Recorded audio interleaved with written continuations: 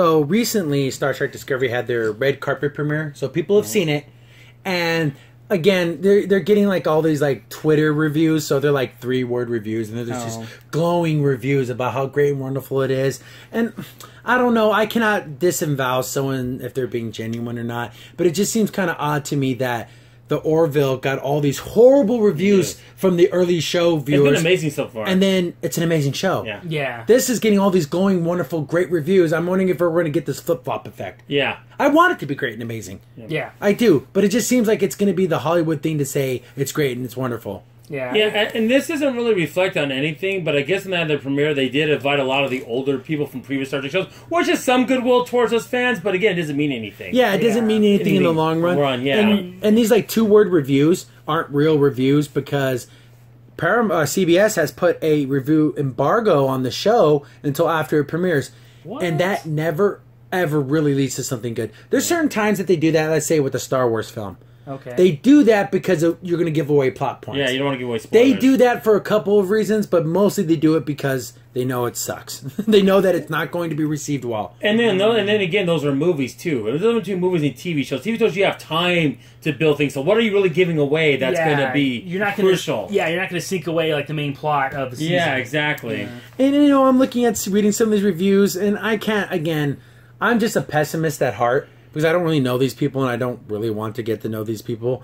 But some of the reviews are like, oh, you sold me on CBS All Access. It's kind of like, is that a commercial for CBS? Is this a CBS employee who wrote that? But it just, I don't know. I can't, again, go after any of these people saying, because maybe they really did enjoy it. Maybe it is amazing. It just seems a little disingenuous that right after everyone crapped on the Orville, and after we gave it a chance, it was actually really good. I don't trust these things because these are the same people that said the Orville was garbage. Yeah. Yeah. So maybe the Hollywood types will love this show because it was made for them and it wasn't made for normal, actual sci-fi fans. Yeah. And they might be happy with that. They're all That's fine. I mean, I don't want it. I want it to be great though, and I want it to be good, and I don't want it to be what they think it should be. It premieres Sunday. We'll watch it and we'll do a breakdown. And it's on regular TV, by the way, on CBS. So and then after that, it's going to be on streaming. Yeah. Okay. I did look it up. They only have a 1-week free trial. Oh. So I don't know if I'll pay for it. So what's it on Hulu? No, it's on the CBS streaming app. That's right. So that's something else I'm going to have to pay for if I'm going to want to watch this. I have the top DirecTV package. I think that should be part of it. I know, right? Because I pay a lot of money for that. So I'm like, come on, seriously, you're not going to even give me some deal here? CBS has to be your app. I mean, come on. Yeah. Again, some of these things, I've seen the future, and I can't put it into words what I just saw. Hashtag jaw dropping. Hashtag Star Trek lives. You know what's funny about that? If you didn't put the jaw dropping part, it could have been negative too. Like, I don't know what I just saw. I know, right? That's a great point. To do it as a negative as a positive. No, but here's the thing, guys. As much as we've been somewhat, really loving Orville, we don't even say things like that about it because that's just stupid. That just sounds dumb. But this will get you trending on Twitter. This will get you on top of things. Yeah. The problem is, I always been noticing when someone says all these good things, there's not one negative. That kind of raises up a red flag because there's got to be one person at least or someone saying, "I don't know, it was okay." You know? Yeah, there was, like I said, there was a couple episodes of Orville and like little, mostly some of the jokes, some things like, "Well, I didn't like that." I mean, there's always something you can find. Exactly, and but if you're saying it's perfect, well, yeah, if everyone is saying, "Oh, it's so great," I'm like, huh? It's like saying if someone says something so bad, you're like, "Well, there's got to be something good about it, at least one thing." Oh, so I guess people are saying that the alien character Lieutenant Saru. Saru? Yeah, instant sci-fi classic hero. We'll see. We'll see. Yeah. Well, again, you can always trust an honest opinion from us because integrity means everything. Yeah, we're going to give it the best. We're not going to try to be again, you can look at our other videos on how we're kind of pessimistic towards it because everything we've been reading makes it seem like it's a bad thing. And I think all these Hollywood elite types who went to this premiere are loving it. That doesn't change. That actually makes me even more worried. Yeah, because I mean, not to be mean. I mean, they could be sci-fi fans too, but for the most part, they're really.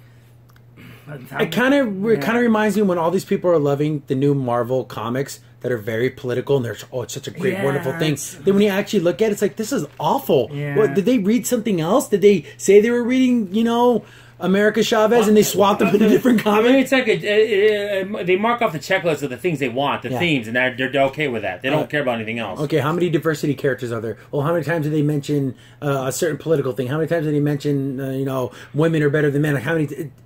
Not saying that's what's going to happen. It just feels like it has that aura that of it. That Yeah. things. But I hope I'm so wrong.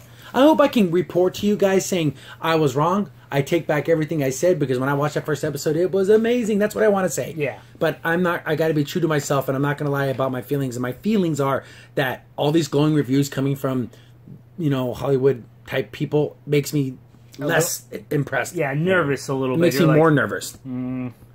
So, again, we always get a lot of crap every time we talk about Star Trek Discovery, but it's not going to stop us from talking about Star Trek Discovery. I mean, you're telling me. I mean, I'm sorry. When I think of like iconic individual performances, I think of somebody from DS9. You're saying it's better than those performances. I'll try to find. There was an of article. Odo and Quark in those performances. I honestly don't know. Eric? Well, who's this Spock girl? What's her? I don't even know her name. I don't even Honestly, I don't even know her character's name, but they did an article about like, oh, she's the first black lead in a Star Trek show. Did anyone watch DS9? And Cisco. Yeah. And Cisco was rocked it. as soon as he shaved his head, he became I'm not gonna cuss, but no S Cisco. That's what he became. Yeah. He He became shaved- bad. If you ever watch Spencer for Hire, he looks like that character, Spencer. That's what I love about it. It's Yeah. great. He looks so cool. He was the first lead black character. Then you Yeah. can't even say first female because Captain Captain Janeway. Janeway from So Voyager. this whole article beaming over Star Trek Discovery, that's the kind of stuff I don't It doesn't like. even go any Misinformed. They're very shallow, and when it comes to opinions on knowing things, and they kind of think of things, everything today. Anything today counts. Nothing in the past counts. What's happening right now? Exactly. And like you said, even the original Star Trek, you had that female officer. Lieutenant Uhura, yeah. Exactly. And what I don't understand is even the character who's playing this main lead, Spock's sister, we never knew about. Even she goes on like agreeing with the person. Well, you don't even know the show. Yeah. How could you sit there and agree with this person who honestly maybe they didn't know about Cisco? Yeah. Maybe they didn't know about DS9, but she should have checked and said, you know what? Actually, there was Cisco was a main character and he was the lead. He was the commander, captain of the Star. I'm turning. But no, they just agree with them and they just keep congratulating each other until the article ends. The thing that gets me, if you look at Star Trek's main page right now on Twitter, it shows all the captains, and you can see all of them. You can clearly see, there's a black guy there. You can see, I wonder where he's from. Let me look it up. Oh, DS9. Okay, I figured it out. I mean, come on. How stupid do you have to be? It's like, all she had to say, too, is not to be mean and say, like, oh, it's funny that you think it's a trend setting, but actually, this is a long history of having captains. Star like Trek this. has broken molds over and over and over again. And now it's not breaking molds, but we're going to pretend it is. Yeah, So and disingenuous. And that's what I'm saying. And also, like you said, little things like that. You can say, no, Star Trek has been doing this trendsetters from the beginning. If I was running the They've headline always for been that- diverse. Yeah, Yes. if they were right the headline, I would have did this. She's following a long line of other successful minorities that have been Exactly. captains in the Star Trek Or canon. very important Yeah, characters. exactly. Would that have been so hard to say that? No, she's got to be the Yes. only one.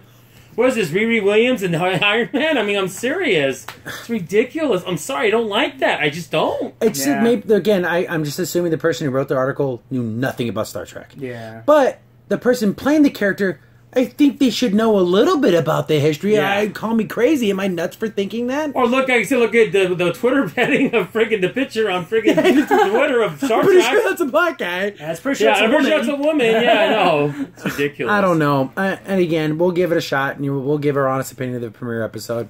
And again, I say this time and time again, but we keep getting blowback. I'm going to call it clapback from people in comments saying how stupid and dumb we are because we don't know anything, and how can you automatically hate it? I'm just saying, since my expectation is so low, maybe I'll be surprised. Yeah. But normally, when I come into something with low expectations, I seem to be met right at my expectation level. Yeah. So we'll come back right after the episode, probably the next day. On Monday, yeah. Because it premieres at night, right? Sunday night. So we'll probably do Monday morning. Yeah. So we can think about it. Unless it's so bad, we can do a 2-minute review. I hope not. I Well, hope you not. thought it. We told you who we thought it was. That's it. We turned it off now. Exactly. That's it. 30-second review. But anyways, moving on from Star Trek because we can go on. Yeah. Oh, yeah. And again, we can milk Star Trek because it's just so popular with everyone. It's so polarizing too. Yeah. But that was never supposed to be. No. That's the thing. Yeah. But they put it in that position. Well, it's hard. It's like you said, you got old villain Star Trek No, right now. Star Trek is like a Rolls Royce, and you have it being drove by a 14-year-old kid that doesn't know what he's doing. And That's we what it just seems like. and we just watched watch episode 3 of the Orville, and we will have our review episode. Yeah, up we're tomorrow. gonna keep that separate from the main podcast now. And that'll be its own thing because they're, especially in this next episode, it's really, really good. Oh my gosh! Spoiler alert! It's actually excellent. great. Yeah. It's even better than the second episode. I'm not saying it just to get clicks. I'm saying it because I honestly believe that. Yeah, it's like It's amazing. It could be an hour-long special. Yeah, for that it's next really, one. really good. Yeah. But leaving TV behind, we're going to be moving on to movie news. Hi guys, Crimson Sin here. You just watched a clip from our weekly podcast show. Be sure to check out the full podcast available here on this channel. Also, if you like the content and you want to see more of it, be sure to hit the like button and also go ahead and subscribe. Thanks for watching. Stay tuned for more.